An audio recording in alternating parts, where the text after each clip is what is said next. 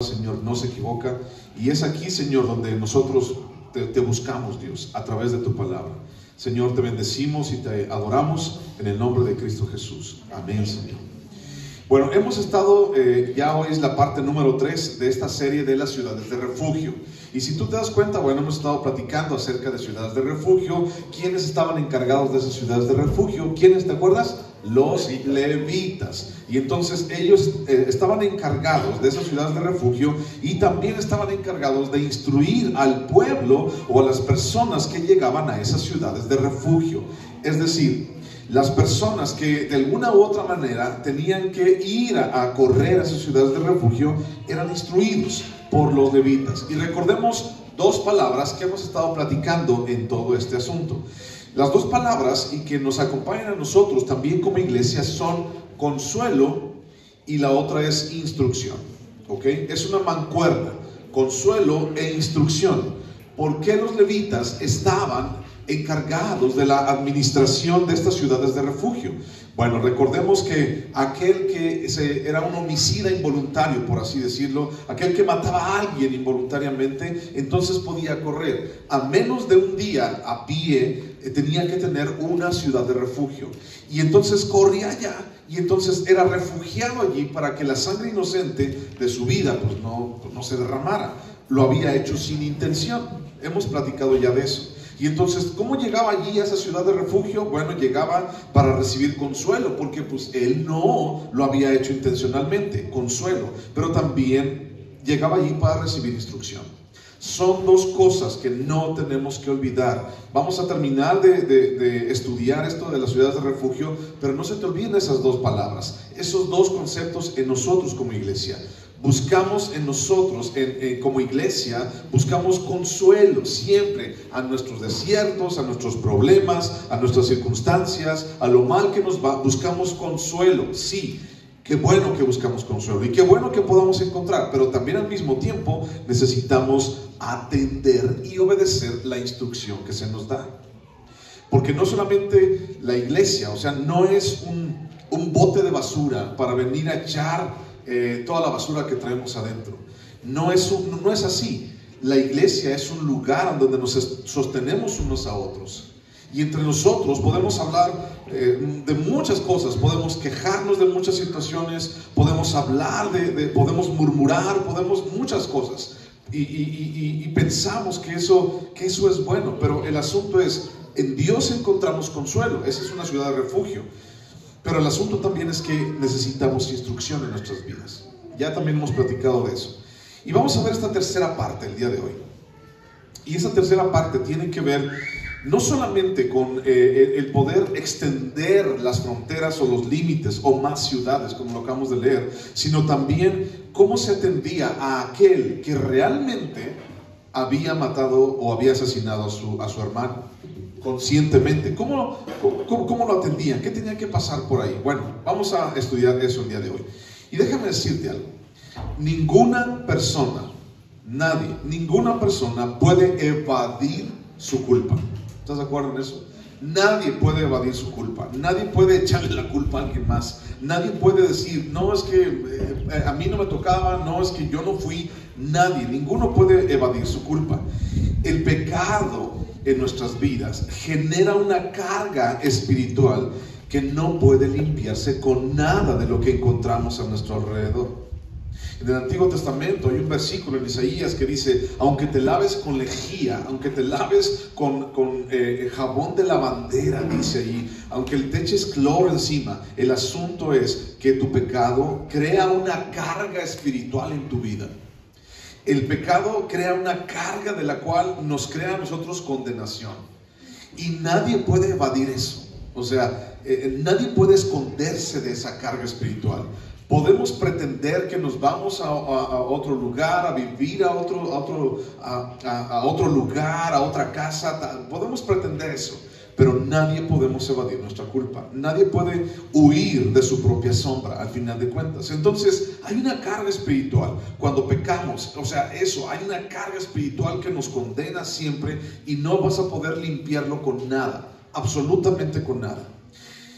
Bueno, sí, con la sangre de Jesucristo, pero ahorita vamos para allá. Entonces, nada de lo que encontramos a nuestro alrededor puede ayudarte a limpiar o a cargar a quitarte esa culpa o esa carga de que es ocasionada por el pecado. Bueno, hablamos de las ciudades de refugio. Las ciudades de refugio ofrecían un resguardo para los homicidas involuntarios, pero al final de cuentas cada uno debía de tener un juicio justo, ¿ok?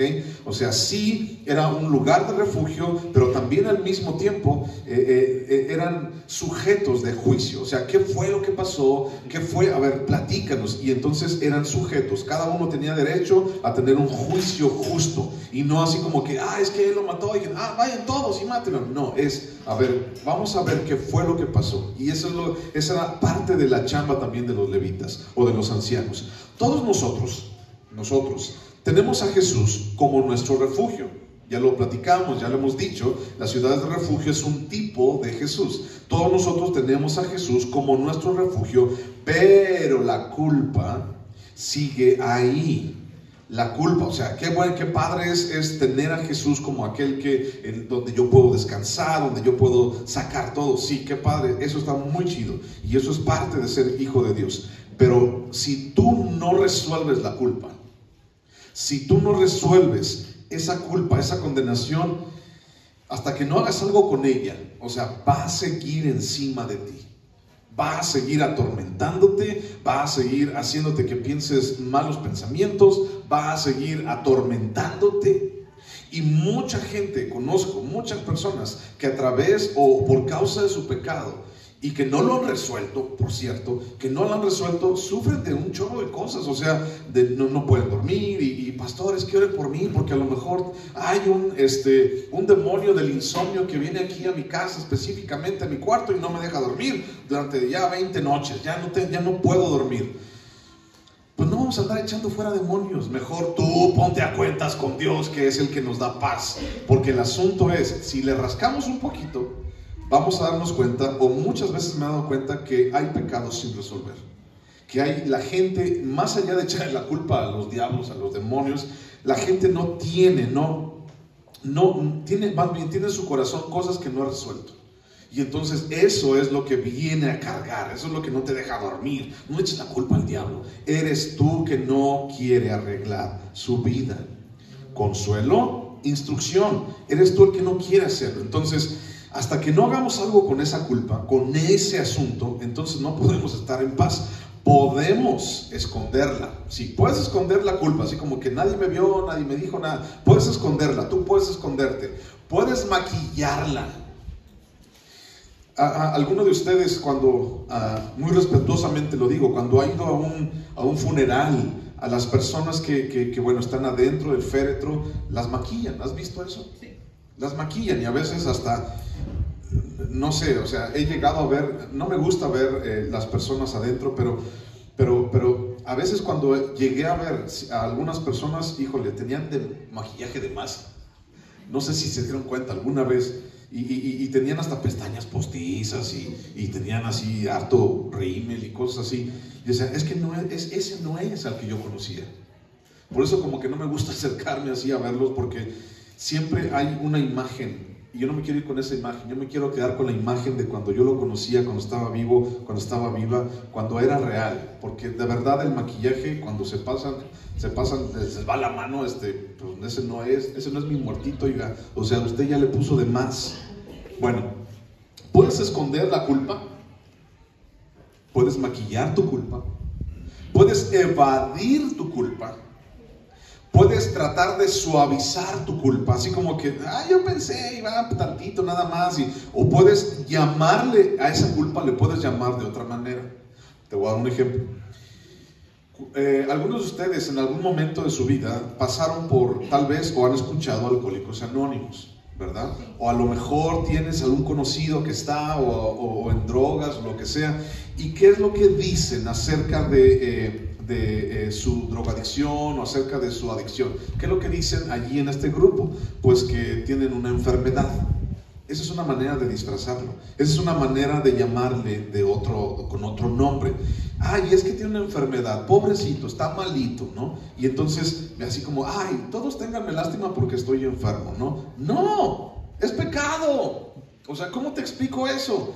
El ser humano dice que se llama enfermedad, pero no lo es. Es pecado y tiene que resolverse ese pecado. Y por eso mucha gente puede estar allí años sin quitarse el alcoholismo, la drogadicción, o todavía dependiendo de tantas cosas alrededor, pero no resolver su pecado, no resolver su culpa. O incluso con esa culpa tú puedes ponerla sobre alguien más.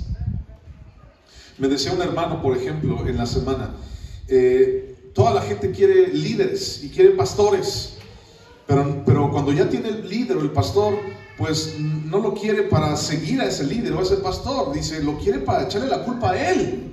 O sea, yo queremos un líder, levántanos un líder, ¿para qué? Para echarle la culpa de todo lo que me pasa. Él tiene la culpa, él fue, ¿no? Entonces, podemos echarle la culpa a alguien más. ¿Qué fue lo que hizo Adán?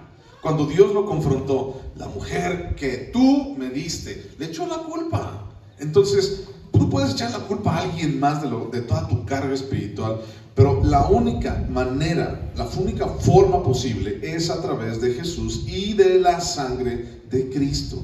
Entonces, puedes hacer, esconderla, maquillarla, evadirla, suavizarla, llamarle de otra manera o echársela a alguien más, pero no la vas a poder quitar de tu vida si no la resuelves. Primera de Juan capítulo 1 versículo 8, ahorita vas a ver por qué te estoy diciendo esto. Primera de Juan capítulo 1 versículo 8 está hablando acerca de nuestro pecado y dice, Primera de Juan 1:8 dice, si decimos que no tenemos pecado, nos engañamos a nosotros mismos y la verdad no está en nosotros. Si confesamos nuestros pecados, Él es fiel y justo para perdonar nuestros pecados y limpiarnos de toda maldad. Si decimos que no hemos pecado, le hacemos a Él mentiroso y su palabra no está en nosotros. ¿Cómo resolvemos el asunto de la culpa y el asunto de la condenación por causa del pecado en nuestra vida? A través de la sangre de Cristo. Y allí hay un verbo, dice, cuando confesamos, cuando estamos realmente conscientes de lo que yo hice, cuando realmente soy responsable o me hago responsable de lo que yo hice. No hay otra forma, mi hermano. La gente puede estar en las iglesias con una carga muy pesada espiritualmente y la verdad es que durante años y años no lo han resuelto. Y tú puedes decidir si seguir con esa carga encima en tus hombros y te puedes preguntarte, ay, ¿por qué me duelen los hombros? Ay, ¿por qué me siento bien cansado? Ay, ¿por qué me siento así? Ay, ¿por qué me siento así? ¿Por qué ya me da ñañaras por acá y me da comezón por todos lados? Tienes que resolver tu culpa. ¿Por qué no puedo dormir? Tienes que resolver tu culpa. ¿Por qué no puedo? Porque tienes que resolver tu culpa. No hay otra forma. No hay otra manera. Pero también tendremos, en base a nuestra vida cristiana, es algo también que tienes que ponerte en tu cabeza. Tendremos algún día que dar cuenta de lo que hicimos. Tendremos que dar cuenta de cada palabra que dijimos. Tendremos que dar cuenta de cada pensamiento que hemos pensado. Tendremos que dar cuenta de cada decisión que hemos tomado. Tendremos que ser en algún momento descubiertos y tendremos que responder por todo lo que nosotros hemos hecho. Ahora, ¿por qué te estoy diciendo esto? Porque aquel homicida que corría a la ciudad de refugio tenía que tener un juicio y entonces tenía que ser confrontado. ¿Qué fue lo que tú hiciste? Tenía una culpa encima, aunque haya matado a alguien. O sea, imagínate eso, ¿no? Maté a alguien, pero lo hice involuntariamente. Ok, vamos a tener un juicio. Y entonces, vamos a confrontar las cosas. Vamos a sacar, vamos a escarbarle qué fue lo que pasó. Y eso para nadie es agradable. Escarbarle, rascarle para ver qué fue lo que pasó, para nadie es agradable, pero tiene que resolverse. El asunto es que no lo resolvemos. Cada día que pasa, todas las cosas que pasan en mi vida, lo que decido, lo que digo, lo que hago, entonces todo eso tendré que dar cuenta delante de Dios. Es lo que dice la palabra. Tendremos que dar cuenta delante de Dios. Hebreos capítulo 4 versículo 13 dice, fíjate, Hebreos 4:13 dice, y no hay cosa creada que no sea manifiesta en su presencia. Antes bien, todas las cosas están desnudas y abiertas a los ojos de aquel a quien tenemos, ¿qué dice ahí? Tenemos que dar cuenta. Todo lo que ha pasado en tu vida, vas a dar cuenta de tu vida. Segunda de Corintios capítulo 5, versículo 5. Segunda de Corintios capítulo 5, versículo 5. Dice: mas el que nos hizo para esto mismo es Dios. Segunda de Corintios 5, 5. Quien nos ha dado las arras del Espíritu. Así que, fíjate bien, vivimos confiados siempre y sabiendo que entre tanto que estamos en el cuerpo, estamos ausentes del Señor, porque por fe andamos, no por vista. Pero confiamos y más quisiéramos estar ausentes del cuerpo y presentes al Señor. Por tanto, dice, procuramos también, o ausentes o presentes, serle agradables.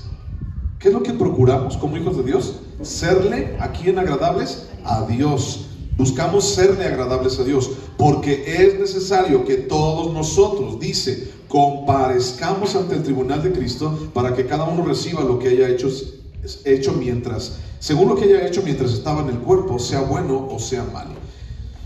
Tratamos de agradarle a Dios, buscamos agradarle a Dios. Eso tiene que estar en nuestro corazón, eso tiene que estar en nuestra mente. Las ciudades de refugio eran un resguardo contra el vengador. ¿Te acuerdas de ese personaje, el vengador?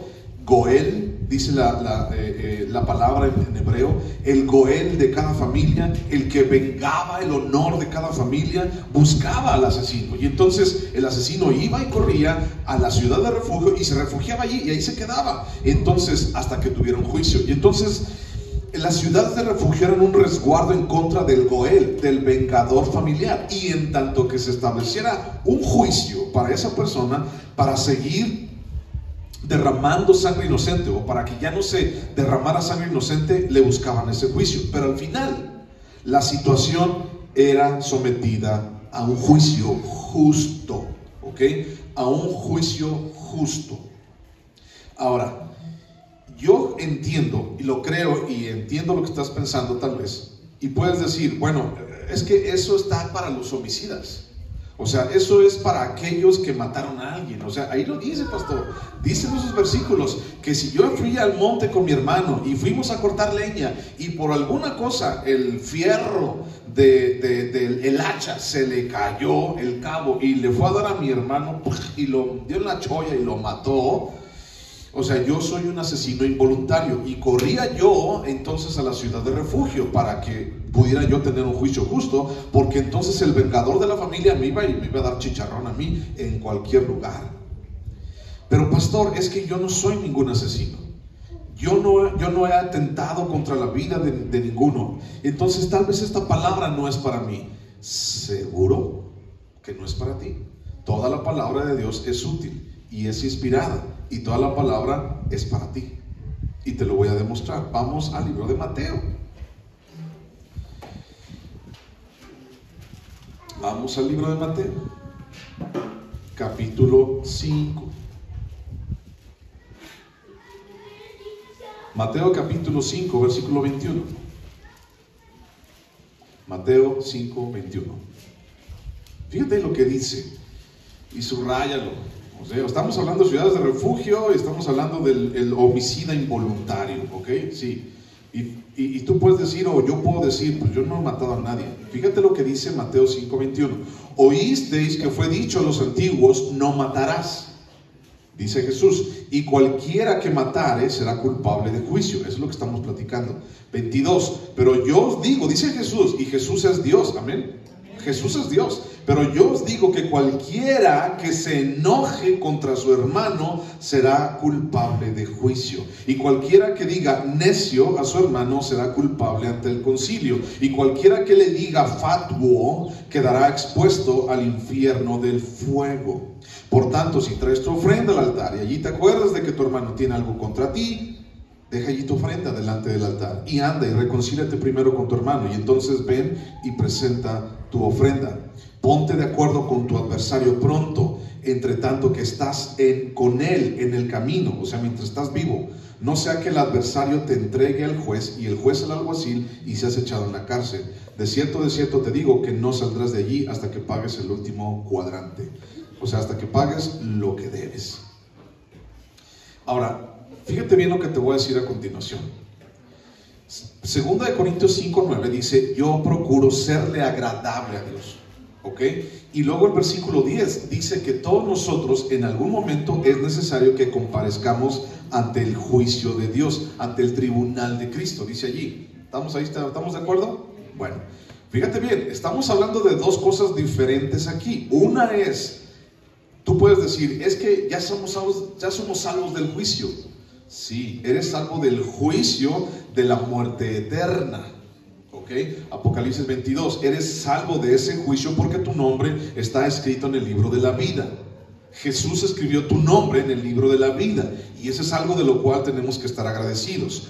Yo ya no voy a ir, tú ya no vas a ir al fuego eterno, a la muerte segunda. Tú y yo ya no vamos a ir para allá, pero sí tendremos un juicio, el juicio ante el tribunal de Cristo. O sea, así como que, caray, yo no pensaba eso. Caray, no me había dado cuenta que sí, o sea, sí, vas a tener que dar cuentas. Tú vas a tener que dar cuentas de lo que hayas hecho. Y dice aquí, o sea, lo leímos en Hebreos, lo acabamos de leer ahorita en Corintios. O sea, no porque Jesús haya salvado tu vida del infierno, significa que ya la hiciste y ya puedes hacer con tu vida lo que tú quieras. Mucha gente no ha entendido esto. ¿Y sabes qué es lo que hace la gente cuando no lo entiende? Se porta mal, pésimamente. Su testimonio está horrible porque no ha entendido que vendrá otro juicio. Y ese juicio es ante el tribunal de Cristo, ante quien tendremos que comparecer y en quien tendremos que darle cuentas de lo que hicimos en nuestras vidas. Entonces, con referente a Mateo 5:21 en adelante, Jesús dice, bueno, oíste que fue dicho que cualquiera que matare es culpable de juicio, pero yo te digo, dice Jesús, que cualquiera que se enoje contra su hermano. Entonces, no hay cabida. No puedes ocultarlo, no puedes esconderlo, no puedes maquillarlo, no puedes evadirlo, no puedes suavizarlo, no puedes llamarlo de otra manera, no puedes poner esa culpa sobre alguien más. El asunto es que eres tú el que tiene que dar cuenta, eres tú el que tiene que resolver. Y dice ese pasaje, ponte de acuerdo con tu adversario mientras vas en el camino. El camino significa mientras estás vivo. No te esperes a que mueras, y entonces cuando mueras, pues ya no vas a tener chance de ponerte de acuerdo con tu adversario, con tu hermano, dice allí. Las ciudades de refugio eran un resguardo contra el vengador, y en tanto que se estableciera un juicio para ya no seguir derramando sangre inocente, podían estar allí. Consuelo e instrucción. Y esas dos cosas debían ser el propósito de esas ciudades. Y la instrucción, fíjate, pierde su virtud cuando no se aplica. O sea, de nada me sirve que a mí me instruyan si yo no lo hago. De nada sirve que yo lea la Biblia y entonces yo encuentre qué tengo que hacer con mi vida si no la aplico. De nada sirve la instrucción cuando no se obedece a esa instrucción. Bueno, versículo 7 al versículo 10 del pasaje de Deuteronomio. Deuteronomio 19:7 dice: por tanto yo te mando diciendo, separarás 3 ciudades. Y si Jehová tu Dios ensanchare tu territorio como lo juró a tus padres, y te diere toda la tierra que prometió dar a tus padres, siempre y cuando guardares todos estos mandamientos que yo te prescribo hoy, para ponerlos por obra, que ames a Jehová tu Dios y andes en tus caminos todos los días, entonces añadirás 3 ciudades más a estas 3, para que no sea derramada sangre inocente en medio de la tierra que Jehová tu Dios te da por heredad. No seas culpado de derramamiento de sangre. ¿Ok? Dice, por tanto, separarás 3 ciudades, y si Dios ensanchare tu territorio conforme a tu obediencia, dice allí, apartarás 3 ciudades más para que no sea derramada sangre inocente. ¿Cuántas ciudades antes de cruzar el Jordán, cuántas ciudades Dios le dijo en Números 35 que apartara Dios a Moisés o a Josué? ¿Cuántas ciudades? ¿Te acuerdas? Ya lo dijimos. 3 de un lado del Jordán y 3 del otro lado del Jordán. Y entonces, en el otro lado del Jordán, cuando iban a la tierra prometida, dice, y si Dios ensancha más tu territorio, vas a añadir otras 3 a esas 3. ¿Cuántas iba a haber en total? 3 acá y 6 acá, 9. Bueno, fíjate bien, es importante eso.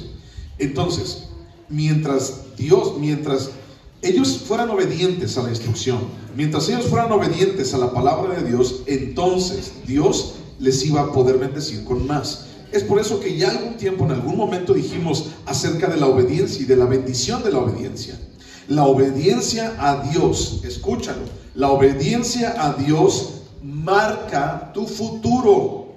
Estas tres ciudades de las cuales está hablando aquí Dios, o Moisés, o Dios a través de Moisés, todavía no pasaban.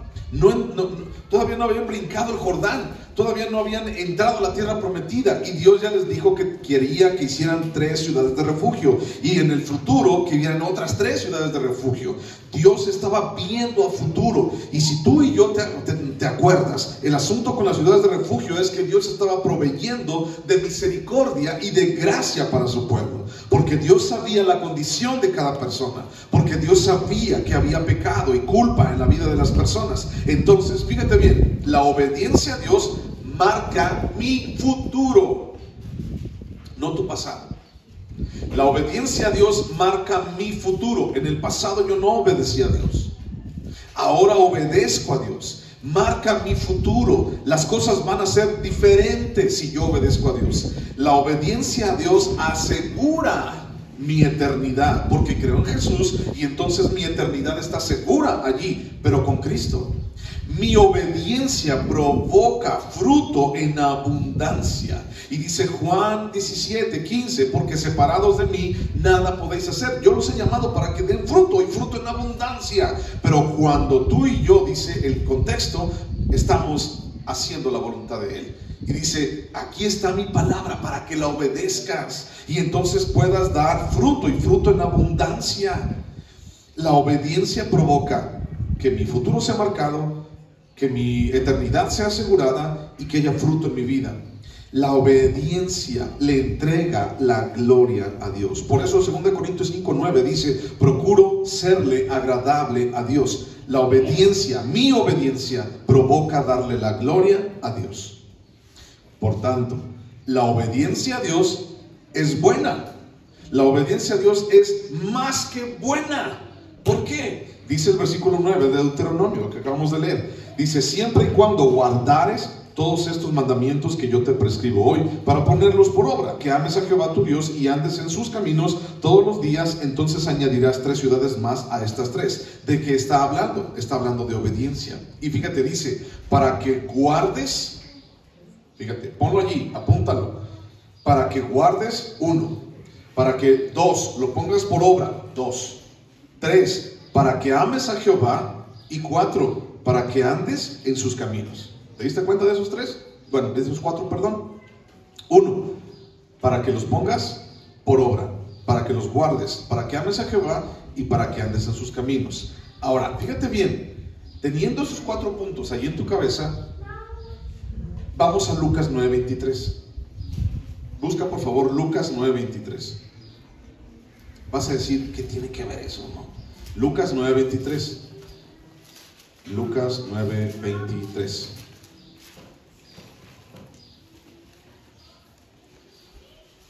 Cuatro cosas, para que los guardes, para que los pongas por obra, para que ames a Jehová y para que andes en sus caminos. Lucas 9:23. ¿Lo encontraste? Dice Jesús, y decía a todos, si alguno quiere venir en pos de mí, niéguese a sí mismo, tome su cruz cada día y sígame.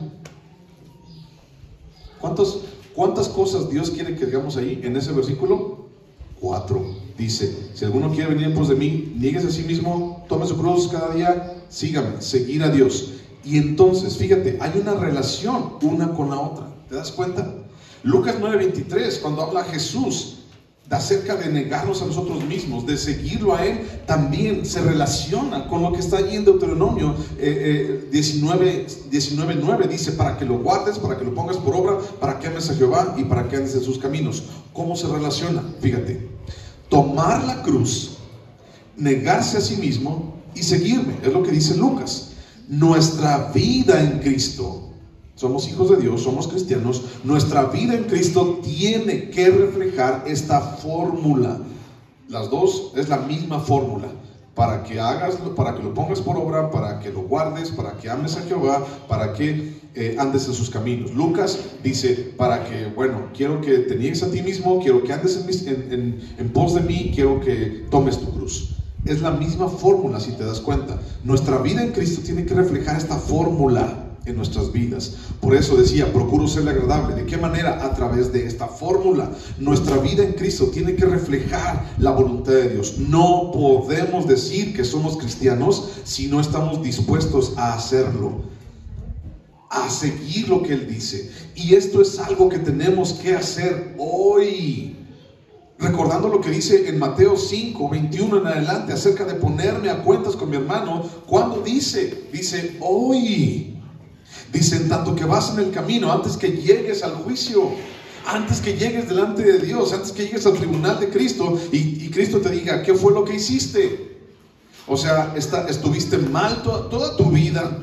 Fulano de tal, o mengano de tal, o esta mujer, o este hombre, o sea, te cayeron mal, nunca te pusiste a cuentas. Dice, en tanto que vas en el camino, no sea que cuando llegues allá, seas echado en la cárcel al verdugo y tengas que pagar todo, hasta el último peso de lo que hiciste. Yo sé que eso es un poquito difícil de entender, por el asunto de que, caray, yo pensaba que yo ya había evadido el juicio de no aceptar a Cristo. Pero la palabra, o sea, Dios le habla a los cristianos a través de Pablo en Corinto. Dios le habla a través del autor de Hebreos a la iglesia de Cristo. Y les dice, esto es para la iglesia. Esto no es un evangelio para alguien que no conoce a Dios. Esto es para la iglesia realmente. Y entonces tendremos que dar cuenta. Es algo que no puedes evadir. Es algo que necesitamos procurar serle agradables a Dios mientras estamos en vida. En 2 Corintios 5, del 5 al 10. Léelo en tu casa, mastícalo otra vez en tu casa. Tenemos que estar dispuestos a hacerlo. ¿Y cuándo? El día de hoy. 1. Amar a Jehová, como dice el Deuteronomio, es amar a Cristo. ¿Ok? Es un paralelismo. Y amar a Cristo significa negarme a mí mismo para amar a Cristo. ¿Ok? No puedo amar a Cristo si no me niego a mí mismo primero. Y amar a Jehová y amar a Cristo significa morir a mí mismo y vivir ahora en Cristo. Eso es a lo que soy llamado. Gálatas 2:20, ¿qué dice? ¿Te acuerdas? Y ya no vivo yo, con Cristo estoy juntamente crucificado. Ya no vivo yo, sino vive Cristo en mí. Y lo que ahora vivo en la carne, lo vivo en la fe del Hijo de Dios, el cual me amó y por mí se entregó. Lo que yo vivo el día de hoy, dice Pablo, procuro serle agradable. Mi hermano, aún tienes mucho por hacer. No pienses que ya la libraste, así como que, ya todo está bien chido, ya no va a pasar nada, yo me voy al cielo. Sí, te vas a ir al cielo. La sangre de Cristo lo dice, Jesús lo dijo, del Padre lo dice, todo aquel que en Él cree no se pierde. Sí, lo está, pero aún vas a tener que dar cuentas de lo que hiciste en tu vida. Eso es algo que tenemos que estar conscientes. 2 Corintios capítulo 5, versículo 14. Fíjate lo que dice. 2 Corintios 5, 14. 2 Corintios 5, 14. ¿Lo encontraste? 2 Corintios 5, 14 dice, porque el amor de Cristo nos constriñe. ¿Ok? Pensando esto, que si uno murió por todos, luego todos murieron. Y por todos murió, para que los que viven ya no vivan para sí, sino para aquel que murió y resucitó por ellos. ¿Quiénes esos que viven? ¿De quién está hablando? De ti. Está hablando de ti, de mí. El amor de Cristo nos constriñe. ¿Qué significa eso? Nos prueba, nos confronta, nos hace sentir... ¿cómo puedo decirlo? Constriñe, nos hace sentir que tenemos que hacerlo, nos empuja, nos lleva a que hagamos las cosas. Eso es parte de esa palabra, constriñe, nos lleva. Es diferente a estriñe, es totalmente diferente. ¿Okay? Constriñe, nos exhorta, nos anima, nos lleva, nos empuja. Eso es el amor de Cristo. Entonces dice, por todos murió, para que los que viven ya no vivan para sí. Pablo sigue diciendo una y otra vez, ya no quiero vivir yo. Ahora yo en mi vida, lo que me resta de vida, procuro serle agradable a Dios. Eso es amar a Jehová, lo que vimos en el versículo 9. Pero ahora el 2 dice, guardar y poner por obra significa ligado con Lucas, significa tomar la cruz y negarme a mí mismo. Negarme a mis planes, negarme a mis sueños, negarme a mis anhelos, negarme a mis deseos, negarme a mi carne, negarme mi yo. La palabra de Dios, su voluntad, es un reto y una confrontación constante todos los días. Es una confrontación hacia mi naturaleza. El caminar con Cristo, el caminar el camino que Dios tiene para mí, me confronta y no me gusta. Me confronta cada día. La voluntad de Dios, el camino de Dios, la palabra de Dios no me hace sentir bien en mi carne, porque mi carne no quiere, no se sujeta a Dios. Y entonces eso no es agradable, claro está. Sin embargo, procuro serle agradable. Sin embargo, lo que me resta de vida lo voy a vivir ahora en Cristo. Entonces, para que algún día, cuando yo dé cuentas, entonces las cuentas sean entregadas. La tercera cosa de estos dos versículos, Lucas 9:23 y Deuteronomio 19:9, es andar en sus caminos. Dice, andar en sus caminos, dice, es seguir a Jesús. Ahora, ¿qué significa andar en los caminos de Jesús? ¿Qué significa seguir a Jesús? Toma tu cruz, nígate a ti mismo y sígueme. ¿Qué significa seguir a Jesús? ¿Qué significa andar en los caminos? Como dice en Deuteronomio 9, allí versículo 9. Andar en Jesús, seguir a Jesús significa mentira, significa rencor, significa odio, significa voy a buscar mi propio reino, significa voy a culparme a mí y a todos los demás de toda mi vida, significa desobediencia, significa rebeldía, significa caminar en pecado, significa todos tienen la culpa menos yo. ¿Eso significa realmente caminar en Cristo? ¿Sí significa eso? No significa. Caminar en hipocresía, no significa caminar en Cristo. Caminar en Cristo, andar en sus caminos, significa misericordia como Él lo hizo. Significa perdonar como Él lo hizo. Significa reconciliarme como Él lo hizo. Caminar en los caminos de Jesús significa sacrificio como Él se sacrificó por ti y por mí. Significa obediencia como Jesús una y otra vez obedecía la voluntad del Padre. Caminar como Cristo anduvo significa la búsqueda del reino de Dios, no la búsqueda de mi propio reino. Caminar como Jesús anduvo significa buscar la gracia y muchas cosas más. No significa lo primero que te dije, significa lo segundo que te acabo de decir. Entonces, ¿realmente estamos abrazando la cruz, negándonos a nosotros mismos y realmente estamos siguiendo el camino que Dios tiene para nosotros? ¿O seguimos en rencor y seguimos en amargura y en odio y en desobediencia y en rebeldía y todo eso demás? Si tú estás caminando en eso, tienes que cambiarlo. Tienes que empezar a buscar, a caminar conforme a lo que Jesús te dijo, a lo que Jesús nos dijo. Mira, busca Primera de Juan, capítulo 2. Primera de Juan, capítulo 2.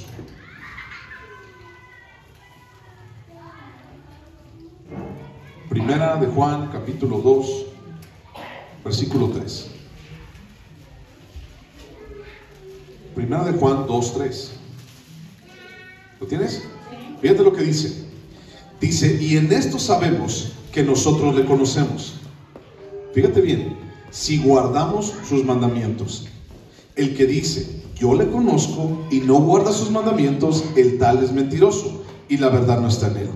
Pero el que guarda su palabra, en este verdaderamente el amor de Dios se ha perfeccionado. Por esto sabemos que estamos en él. El que dice que permanece en él debe andar como él anduvo. ¿Ok? ¿Cómo anduvo Jesús? Ya lo acabamos de decir. En odio, en peleas, en rebeldía, en mentiras, en engaños. ¿Así anduvo Jesús? No. Jesús anduvo en verdad, misericordia, en obediencia, en santidad, en perdón. En eso anduvo Jesús. Y si tú y yo decimos realmente que le conocemos, entonces tenemos que caminar como Él caminaba. Tenemos que andar como Él andaba. Ahora, fíjate bien algo. Recordando lo que dice Mateo capítulo 5, versículo 21 en adelante, de que yo cuando me estoy bronqueando con mi hermano, entonces ya tengo un problema y soy reo de juicio. Y si tú vas al contexto de Primera de Juan capítulo 2, del versículo 7 para abajo, allí dice un título en tu Biblia y dice el nuevo mandamiento.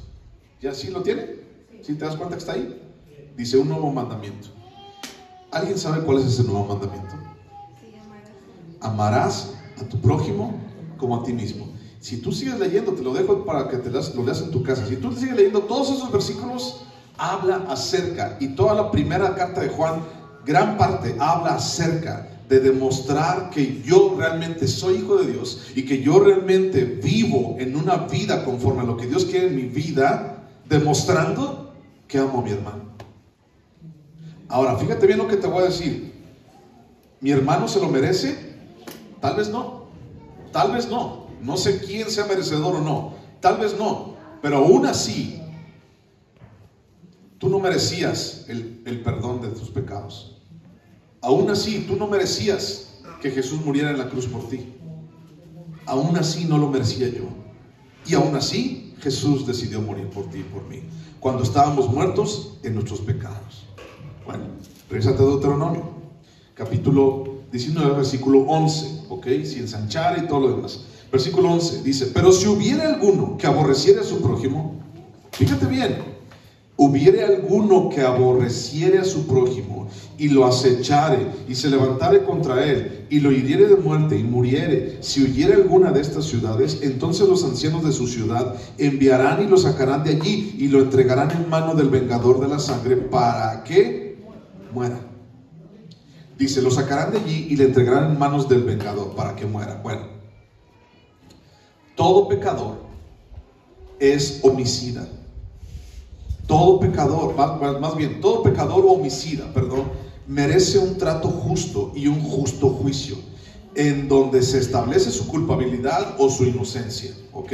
Si la persona mató a otra persona allá en China, pues tiene que ser juzgado allá. Si esta persona mató allá en España, tiene que ser juzgado allá en España, en el lugar donde él hizo eso.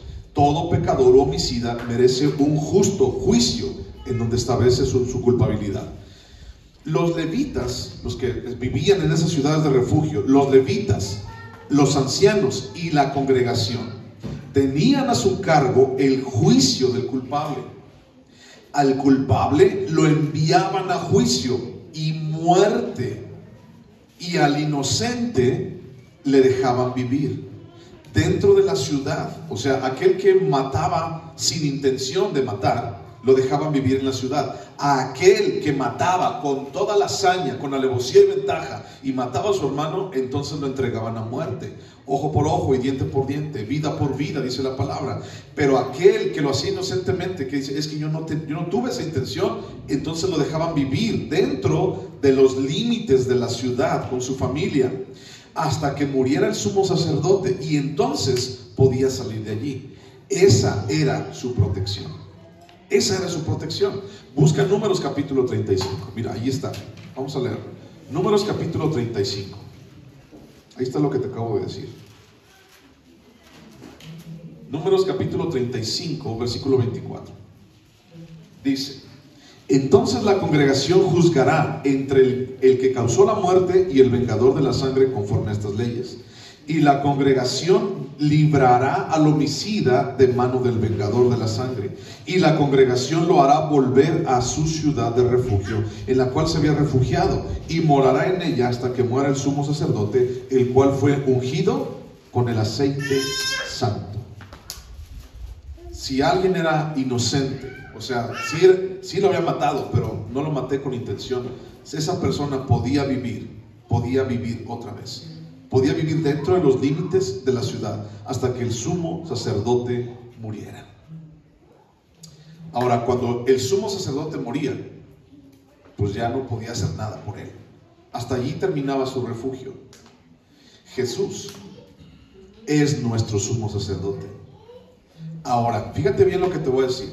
El libro de Hebreos nos habla mucho acerca de que Jesús es nuestro sumo sacerdote. Pero si Jesús, siendo nuestro sumo sacerdote, comparado con el sumo sacerdote de aquel que mientras estaba vivo era su protección, ¿qué pasa con nosotros? ¿Jesús murió siendo nuestro sumo sacerdote? Sí murió, pero resucitó al tercer día. y él no está muerto.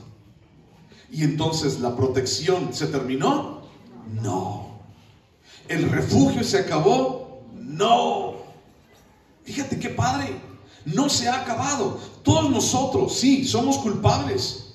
Y lo que hemos hecho fue conscientemente. Acabamos de leer el versículo 11 y 12. Si yo aborrezco a mi hermano y lo ando acechando y voy y lo mato y todo lo demás, entonces soy culpable. Y entonces yo voy a juicio. Y entonces me echan para afuera de la ciudad y el vengador viene y me va a dar chicharrón. Todos nosotros somos culpables. Ninguno de nosotros somos así como que, yo no quería hacerlo, yo nunca me di cuenta. Ninguno somos culpables. Lo que hemos hecho fue conscientemente, y eso no podemos ocultarlo. Pero aún así que somos culpables, Dios nos muestra misericordia y extiende su gracia para que podamos ser salvos. Y así, siendo pecadores y culpables, así como estábamos, Dios Padre, dice su palabra, nos amó y nos reconcilió consigo mismo a través de Jesús y del sacrificio de Cristo. Y esa es la razón suficiente en mi vida para demostrar agradecimiento y hacer lo que Dios me pide que yo haga. ¿Qué dice Mateo 5:21 acerca de lo que hice conscientemente? ¿Qué fue? ¿Qué dice? Ve y arréglate con tu hermano. Eso es lo que Dios me pide que haga. Dios no me está pidiendo que vaya y mueva una montaña del lugar de aquí para allá. Dios no me está pidiendo que vaya y seque el mar. Dios no me está pidiendo que vaya y resucite. No. Dios lo que me está pidiendo es ve y ponte de acuerdo con tu hermano. Porque tú eres reo de juicio. Ve y ponte de acuerdo. Y nos falta mucho de eso, mi hermano. Y todo eso, híjole, podemos seguir hablando toda la tarde acerca de esto. Lo que nosotros, nuestra responsabilidad. Pero creo que tú ya lo entendiste. El asunto es que cuando Él nos perdonó, cuando Él me dio vida, cuando Él me reconcilió con el Padre, Jesús, entonces yo puedo demostrar agradecimiento. Y el agradecimiento no solamente se demuestra estar sentado aquí una hora en lo que termina ese pelón de acabar. El agradecimiento no se muestra aquí para Dios. Yo agradezco que estés aquí y que aguantes. Pero el asunto es, ahí no se demuestra el agradecimiento. Ahí no se demuestra serle agradable a Dios. Hay mucho que podemos decir. Pero Dios, ¿qué te está pidiendo que hagas? ¿Qué te está diciendo Dios que tienes que hacer? Piénsalo, pregúntale y dile que te lo confirme. Versículo 13 y 14, los últimos de este pasaje. Deuteronomio 19, 13 y 14 dice: no le compadecerás y quitarás de Israel la sangre inocente y te irá bien. En la heredad que poseas en la tierra que Jehová tu Dios te da, no reducirás los límites de la propiedad de tu prójimo que fijaron los antiguos. ¿Ok? Dice, no reducirás los límites de la propiedad de tu prójimo. ¿Ok? Hay toda una ley, vamos a verla más adelante de Deuteronomio. Hay toda una ley para aquel que se brinca los límites, para aquel que ensancha los límites o reduce los límites. Hay una ley. ¿Y sabes en qué terminaba? En muerte. Pero bueno, ya lo veremos en su momento. Quiero explicarte lo que dice el versículo 13. Dice, no le compadecerás. ¿A quién? No tendrás compasión de aquel que lo hizo conscientemente, de aquel que mató conscientemente. Y dice la segunda frase, y quitarás de Israel la sangre inocente y te irá bien. Esta frase significa, la sangre inocente que fue derramada, tendrás que establecer un juicio por toda esa sangre inocente. Toda esa sangre inocente que fue derramada, tendrás que buscar justicia para ella. A eso se refiere. Y entonces es nuestra responsabilidad también hacer juicios justos en nuestras vidas. Y déjame decirte algo también. No reducirás los límites de la propiedad de tu prójimo. Te digo, vamos a ver esto más adelante de Deuteronomio. Aquel que se brincaba los límites, le iba mal. Aquel que reducía los límites, le iba mal también. Números capítulo 35, versículo 26. A ver, vamos a leerlo. Números 35, 26. Está hablando de las ciudades de refugio todavía, ¿de acuerdo? Dice, Números 35, 26. Mas si el homicida saliere fuera de los límites de su ciudad de refugio en la cual se refugió, y el vengador de la sangre le hallare fuera del límite de la ciudad de su refugio, y el vengador le matare, y el vengador de la sangre le hallare fuera del límite de la ciudad de su refugio, y el vengador de la sangre matare al homicida, no se le culpará al vengador por ello, pues en su ciudad de refugio deberá aquel habitar hasta que muera el sumo sacerdote, y después que haya muerto el sumo sacerdote, el homicida volverá a la tierra de su posesión. Imagínate, alguien pudo haber dicho: fulano de tal mató a sutano de tal, y lo hizo sin intención. Y entonces en este momento está allí albergado en la ciudad de refugio, y no va a salir a lo mejor por unos 40, 50 años de esa ciudad, porque el sumo sacerdote, no hombre, come puro chocolate Pancho Pantera para crecer sanote y fuertototote, y no, el sumo sacerdote todavía le falta para que se muera, y va a quedar allí esa persona que asesinó involuntariamente, se va a quedar allí unos 40, 50 años. Entonces, ¿qué hacemos con sus tierras? Pues ¿qué te parece si nosotros nos apoderamos de sus tierras? Eso es lo que pasaba. ¿Qué te parece si nosotros agarramos todo eso para nosotros? Allá él no va a poder salir durante 40 años, y si sale, le damos chicharrón, porque esa es la ley. Mientras nosotros nos vamos a aprovechar de sus posesiones. Y dice ahí Dios: no lo hagas, no lo hagas. Y aquí vienen dos cosas importantes. Uno, fuera de la ciudad nadie tenía refugio. Estoy hablando de los pecadores, pues, de aquellos hombres que iban allí. Fuera de la ciudad nadie tenía refugio. Fuera de Jesús no hay refugio. Fuera de Jesús no hay misericordia. Fuera de Jesús no hay perdón. Fuera de Jesús no hay el perdón de mis pecados. Ven y quédate en Jesús. No te salgas más de esa cobertura. No te salgas de esos límites. No te brinques los límites de la ciudad. No te quieras aprovechar de lo que tu hermano dejó allá. Fuera de Jesús no hay refugio. Quédate aquí. No te vayas. No tienes nada que hacer allá en el mundo. No te espera nada bueno allá en el mundo. Quédate en los límites que Jesús te ha puesto. Mucha gente se brinca los límites y piensa que nada le va a pasar. Piensa que nadie me está viendo, nada me va a pasar, pues que vengan y me reclamen, y acabo qué, si ellos están bien. Y no puedes brincarte los límites. Fuera de la cobertura que Cristo tiene para ti, solamente hay muerte. Solamente hay muerte. Y dos, fíjate bien esto, lo que Dios perdonó, yo no puedo seguirlo culpando. Yo no puedo mover los límites, ¿ok? Los límites a mi conveniencia. Te lo voy a explicar. El legalismo en las iglesias mueve los límites para que cada vez menos personas quepan en ese refugio. El legalismo dentro de las iglesias dice: ok, a ver, vamos a ver, para que tú seas parte de esta iglesia y puedas gozar de lo que hay aquí en la iglesia, entonces, uno, tienes que tener una cuenta en el banco, ¿no? Y tienes que tener mucho dinero en el banco. Dos, tienes que diezmar de esta manera, ¿no? Tres, tienes que estar bien guapo. Cuatro, tienes que traer coche del año. 5, tienes que dar cada año para las vacaciones del pastor. 6, y entonces el legalismo, no, es que él no entra porque tiene esto, es que aquel no entra porque tiene aquello, es que aquel no ha resuelto su vida, no ha resuelto lo que tiene que hacer. Sí, bueno, tienes que resolverlo, pero el legalismo dice: si tú no lo resuelves, aquí no entras. Si tú no eres sumamente perfecto, aquí no vas a entrar. Entonces, los límites de la ciudad, los límites del refugio se van haciendo más pequeños y pequeños y pequeños y pequeños y pequeños.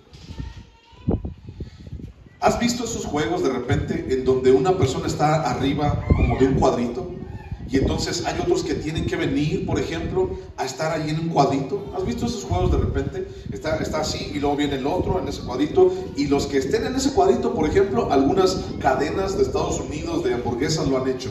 Y entonces ponen un cuadrito, como una hoja de cuaderno, así. Y dice, todos los que quepan allí, de tus amigos, no pagan. Y entonces ahí están todos subiéndose unos arriba de otros, así. Y poniéndose y agarrándose y todo para no pagar o pagar menos, ¿no? Muchas veces pareciéramos así en las iglesias.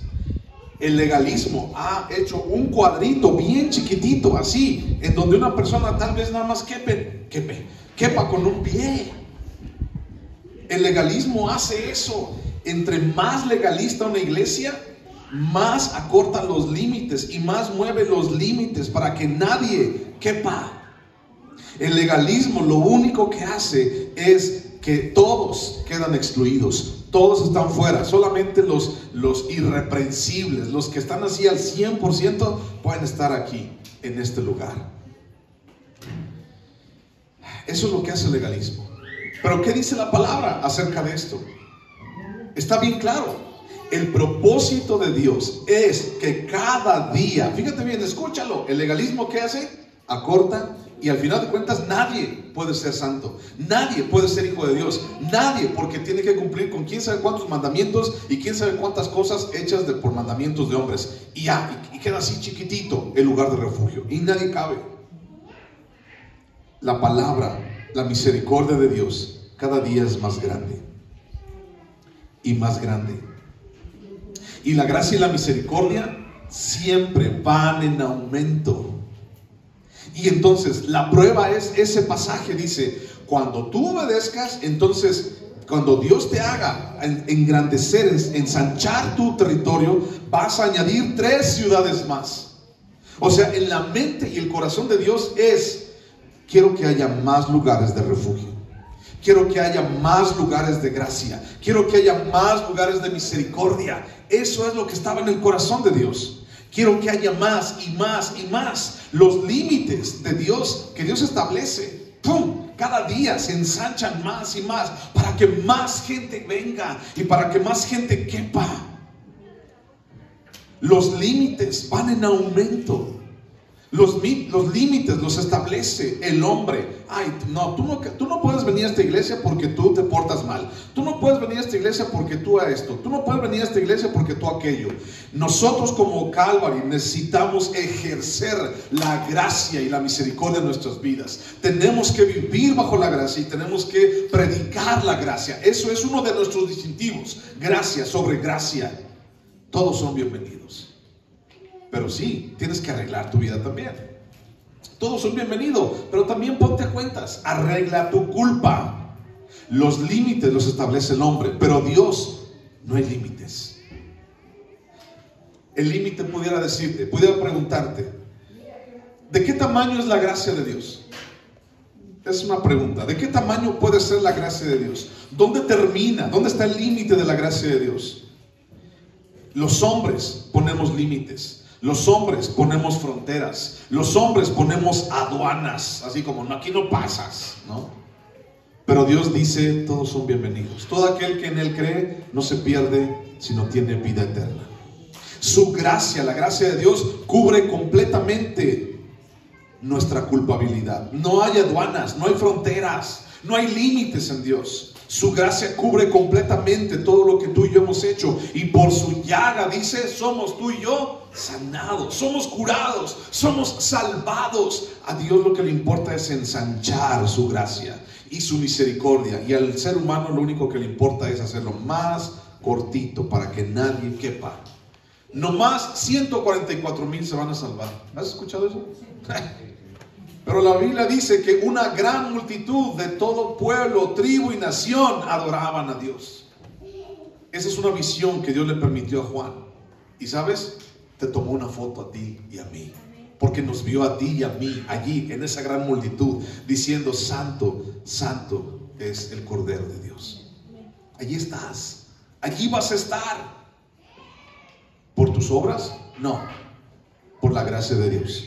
Pero mientras viva procuro serle agradable, porque voy a dar cuentas de mi vida.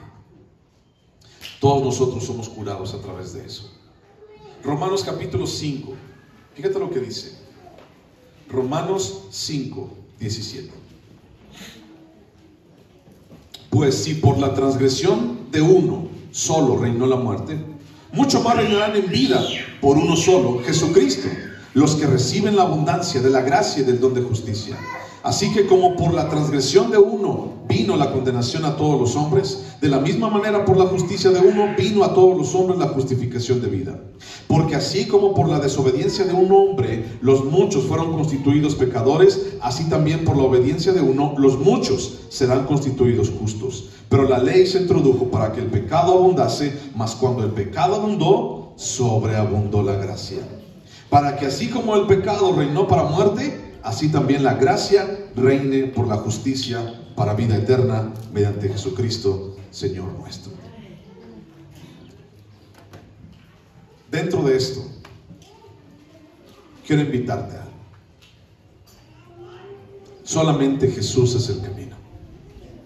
Solamente Él tiene el perdón y solamente Él tiene la forma de quitarte esa culpa y ese pecado de tu vida.